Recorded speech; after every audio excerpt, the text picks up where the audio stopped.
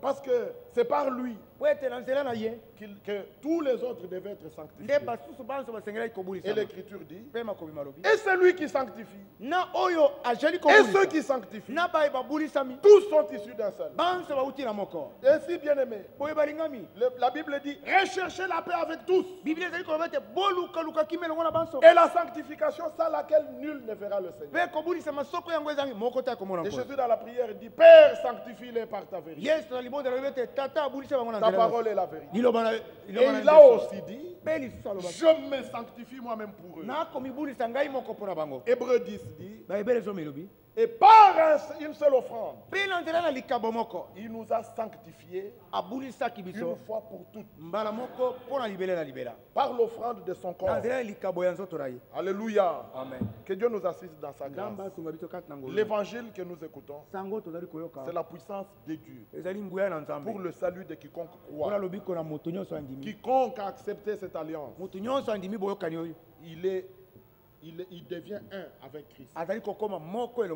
C'est toujours dans la même prière. Le Seigneur a dit au Père, au verset 21, verset 20, ce n'est pas pour eux seulement que je prie, mais encore pour ceux qui croiront à moi par leur parole, afin que tous soient un, comme toi, Père, tu es en moi, et comme je suis en toi, afin qu'eux aussi soient un en nous, pour que le monde croie que tu m'as envoyé. Verset 23. Moi en eux, et toi en moi, afin qu'ils soient parfaitement un, et que le monde connaisse que tu m'as envoyé et que tu les as aimés comme tu m'as aimé. Ça n'a rien à voir avec l'écuménisme. Ça, c'est l'unité de l'esprit. Il faut que le Saint-Esprit, Romains chapitre 8, parce que ce n'est pas dans la chair, selon la chair que nous marchons. Nous l'avons lu dans 2 Corinthiens 10. Nous ne combattons pas avec les armes charnelles. L'Écriture dit dans Romains chapitre 8, au verset 10, et si Christ est en vous, le corps, il est vrai, est mort à cause du péché. Mais l'esprit est vie à cause de la justice. Et si l'esprit de celui qui a ressuscité Jésus d'entre les morts habite en vous, celui qui a ressuscité Christ d'entre les morts rendra aussi la vie à vos corps mortels par son esprit qui habite en vous. C'est exprimé clairement. Nous n'avons pas à lutter contre la chair et le sang. Peu importe ce qui arrive. Parce que l'esprit de gloire est en vous et sur vous. Oh, les choses difficiles viendront. Est-ce que vous comprenez ça? Les choses difficiles viendront.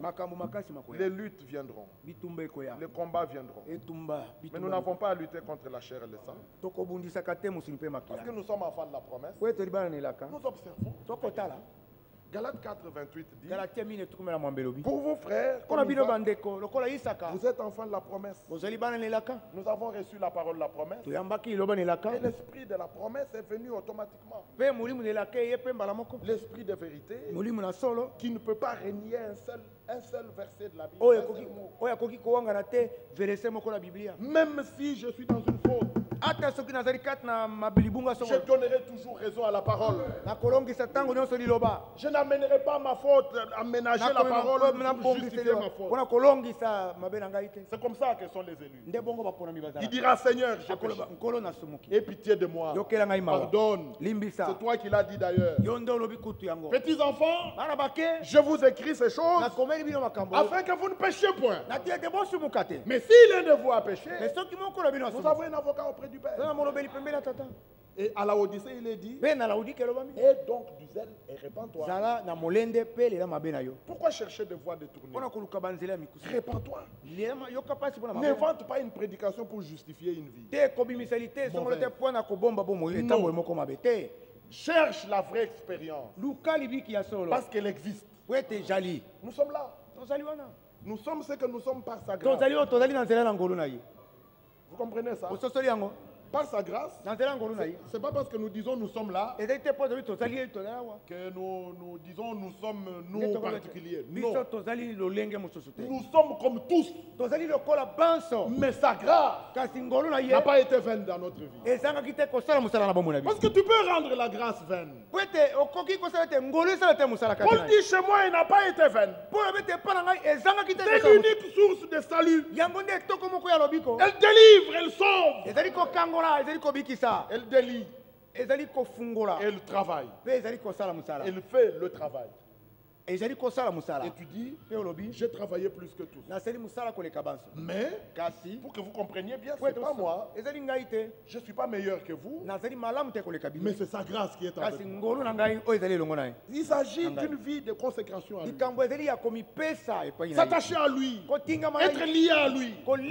Lui permettre d'avoir son chemin avec vous. Parce qu'il s'agit qu'il marche avec vous. Le joug, ce n'est pas pour que tu travailles. Le joug ne relie que deux animaux dans un champ. Puisse Dieu nous aider. Et c'est pour cela que le Saint-Esprit est donné. Revenons dans Romains 8. L'Écriture dit au verset 1. Il n'y a donc maintenant aucune condamnation pour ceux qui sont en Jésus-Christ. Alors il dit au verset 2. En effet, la loi de l'esprit de vie en Jésus-Christ. C'est très beau. M'a affranchi de la loi du péché et de la mort. À chaque vie est liée une loi.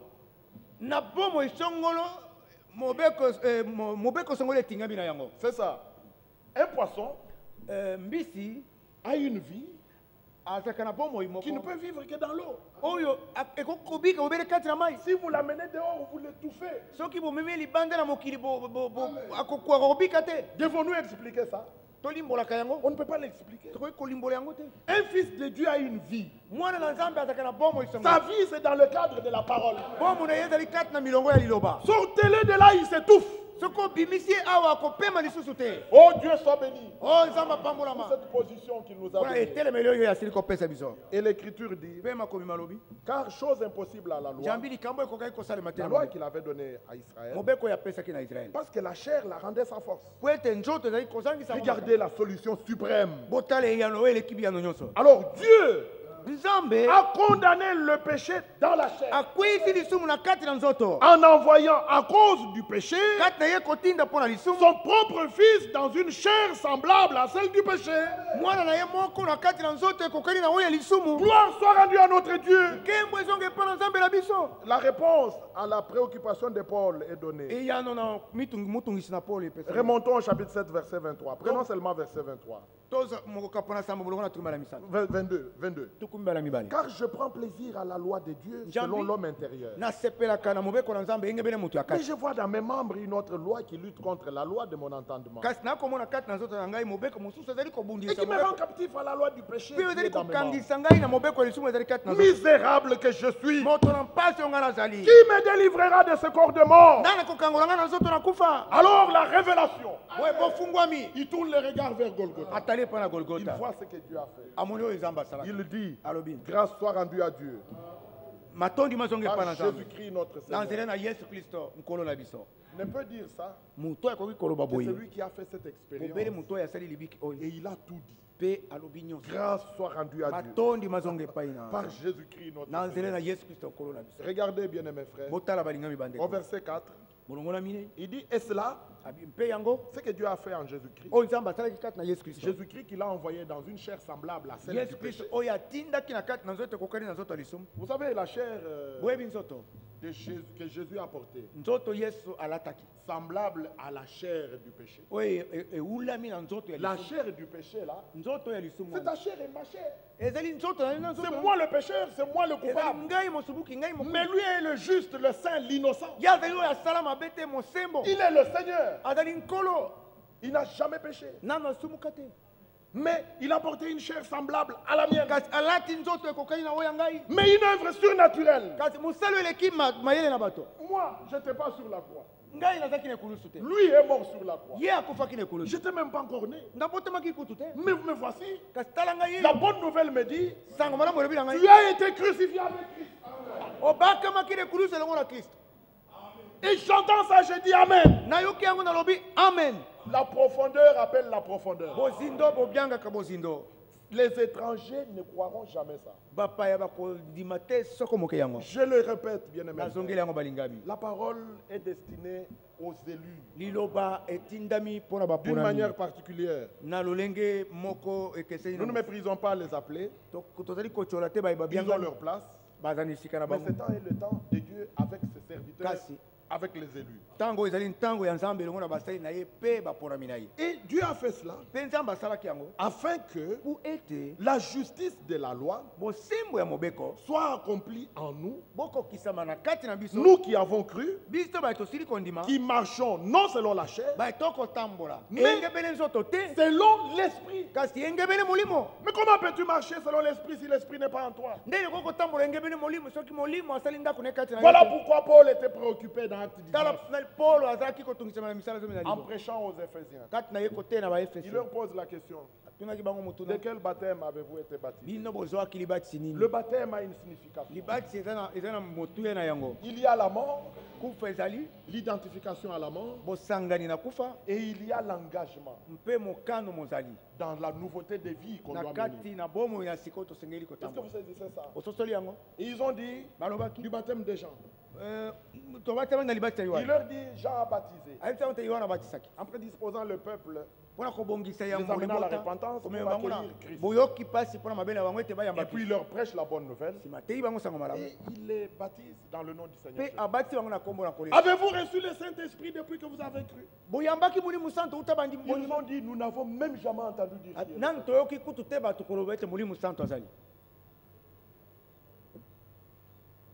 Et après qu'ils aient été baptisés, ils ont entendu la parole. Il leur impose les mains.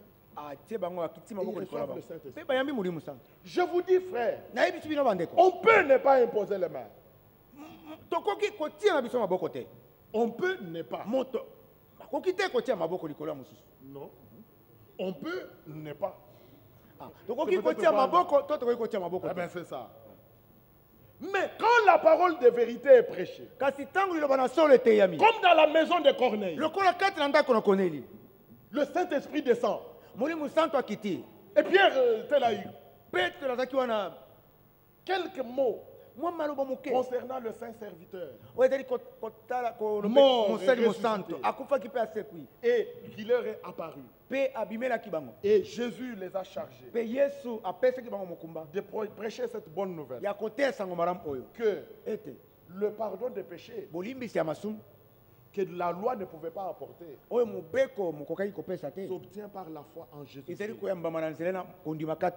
Il prononçait encore ces quelques paroles. Et ils étaient là en train de prophétiser, de parler en langue. Ils étaient baptisés du Saint-Esprit. Voyez-vous que Jésus-Christ est le même. C'est pourquoi nous respectons le temps d'adoration. On ne s'habitue pas. Prenez votre temps dans l'adoration. C'est le moment où le Saint-Esprit agit pour confirmer la parole que vous avez crue. Sinon, nous venons faire la religion. On écoute la parole et puis on se lève pas. Mais on ne laisse pas la parole agir.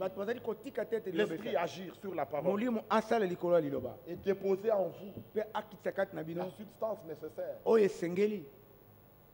C'est très important. Il n'y a pas qu'être baptisé du Saint-Esprit. Tu peux être déjà baptisé, mais tu peux à nouveau être rempli du Saint-Esprit. Parce que nous voulons être remplis. Nous ne sommes pas satisfaits de la bénédiction. Nous voulons expérimenter toutes les bénédictions jusqu'à la dernière. Alors nous venons, nous nous attendons à ce que Dieu fasse de grandes choses. Ainsi, mon frère, quand le Saint-Esprit est là, la Bible dit, C'est pour que vous ne marchez plus selon la chair. Parce que la justice de la loi est accomplie en vous. Vous marchez désormais selon l'esprit qui habite en vous. Verset 5. C'est en effet qui vivent selon la chair. Écoutez, s'affectionnent aux choses de la chair. Nous avons lu dans Colossiens, n'est-ce pas? Affectionnez-vous aux choses d'en haut. Attachez-vous aux choses d'en haut. Ça s'adresse à qui? À celui qui a le Saint-Esprit qui est conduit par lui. Il est régénéré, il est né de nouveau. Tandis que ceux qui vivent selon l'Esprit s'affectionnent aux choses de l'Esprit. Et l'affection de la chair, c'est la mort. Tandis que l'affection de l'Esprit, c'est la vie.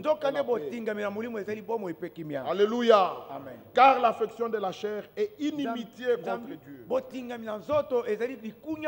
Parce qu'elle ne se soumet pas à la loi de Dieu. Et qu'elle ne le peut même pas. Or, ceux qui vivent selon la chair, ils ne sauraient plaire à Dieu. Pour vous, vous ne vivez pas selon la chair, mais selon l'Esprit. Si du moins l'Esprit de Dieu habite en vous. Sans cela, il n'y a pas moyen que vous viviez selon la chair. Galates chapitre 5. L'Écriture dit au verset 24, ceux qui sont à Jésus-Christ ont crucifié la chair avec ses passions et ses désirs. Si nous vivons par l'Esprit, marchons aussi selon l'Esprit. Ne cherchons pas une vaine gloire en nous provoquant les uns les autres, en nous portant en vie les uns les autres. Bien-aimés, l'heure est très avancée. Nous ne combattons pas contre la chair et le sang, mais contre les esprits méchants qui nous combattent à partir du ciel. Il y a des hommes qui nous font même la guerre ouvertement. Mais restons tranquilles. Ce n'est pas contre nous qui s'attaquent. C'est à cause de l'esprit qui est en nous. Et c'est Dieu qui combat pour nous. La Bible dit, les enfants de la promesse sont toujours persécutés par les enfants de la chair. Maintenant, qu'allons-nous faire? Vous avez compris? C'est à vous de voir. Est-ce vous qui provoquez? Est-ce vous qui persécutez? Ou c'est vous qui êtes persécuté? Ou c'est vous qui êtes provoqué? L'examen est très simple. Et l'écriture est claire. Tous ceux qui sont conduits par l'Esprit de Dieu sont fils de Dieu. Comment le saurais-je, frère? Son esprit rend témoignage à mon esprit que je suis son fils. Tu ne peux pas tomber dans l'eau et commencer à poser des questions. Est-ce que je suis... Est-ce que j'étais tombé dans l'eau? On va dire cet homme n'a pas ses sens en place. Les expériences avec le Seigneur sont réalité. Aujourd'hui, c'est encore possible. Le ciel est encore ouvert. C'est encore l'âge du Saint-Esprit. Jésus-Christ est le même. Dans cette réunion, à cet instant, si tu ouvres ton cœur, tout est possible. Regarde à Golgotha et crois que le prix a été payé. La vie qui est dans le sang a été répandue. Le jour de Pentecôte, il est tombé sur les rachetés. Ils ont reçu le Saint-Esprit, l'Esprit de vérité, qui conduit dans toute la vérité. Amen. Veuillez donc vous lever. Nous allons chacun élever nos voix. Il a dit ce ne sera ni par la force ni par la puissance, mais par son esprit. Jésus dit encore ce soir, crois seulement. Tout est possible à celui qui croit. voix. Ce n'est pas la force de la voix du prédicateur. Tout est dans la parole. L'évangile, c'est la puissance de Dieu. Et Christ à Golgotha a dit tout est accompli. Tu n'as pas de propre justice qui tienne devant Dieu. Lui-même t'a justifié.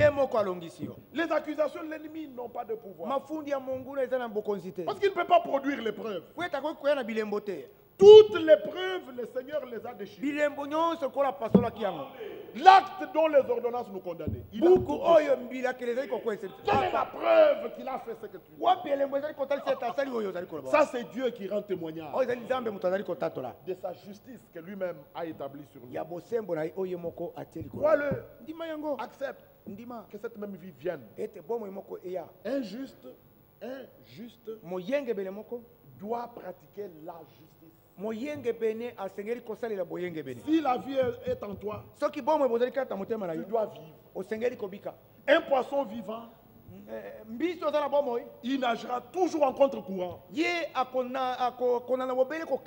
tu coules avec la rivière, c'est un poisson mort. Mais ce soir, il te dit, mon fils, donne-moi ton cœur. Il y a une plénitude qu'il veut déverser.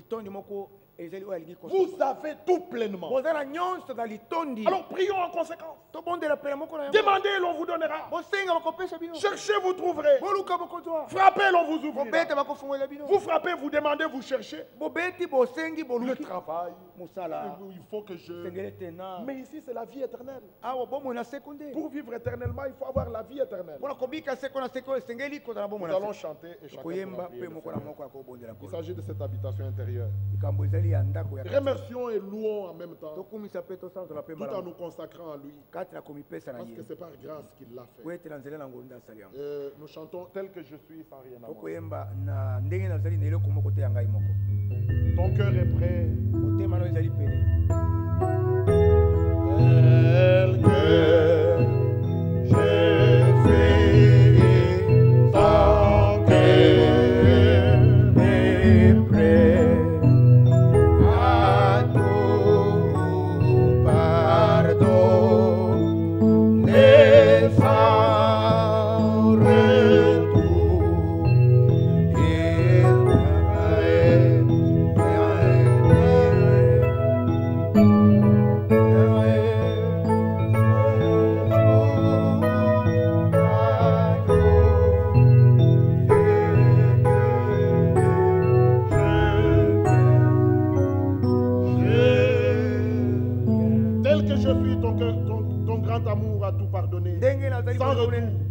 Je veux être à toi.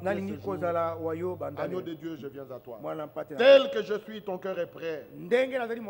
À prendre le mien tel qu'il est. Pour tout changer. Sauveur parfait. Il change parfaitement. Il sauve parfaitement. Agneau de Dieu, je viens à toi. Chantons le premier couplet. Je suis sans rien à moi, sinon ton sang versé pour moi, et ta voix est ma paix à toi.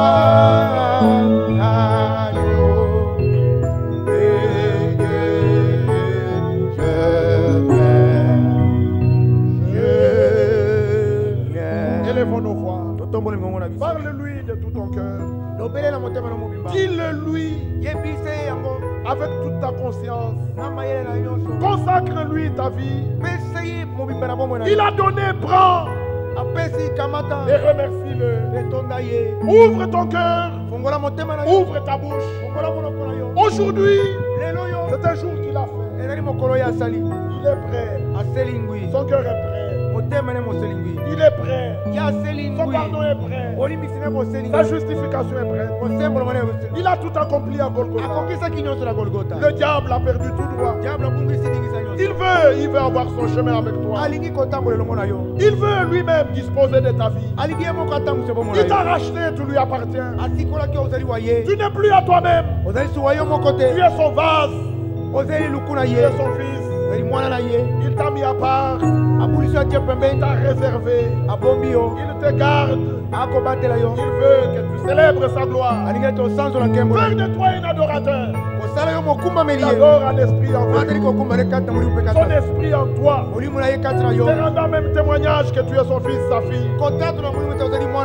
Jésus-Christ le même. Il sauve, il baptise, il délivre, il guérit. Merci. Merci, glorieux Seigneur. Gloire et majesté. Gloire et puissance. Amour et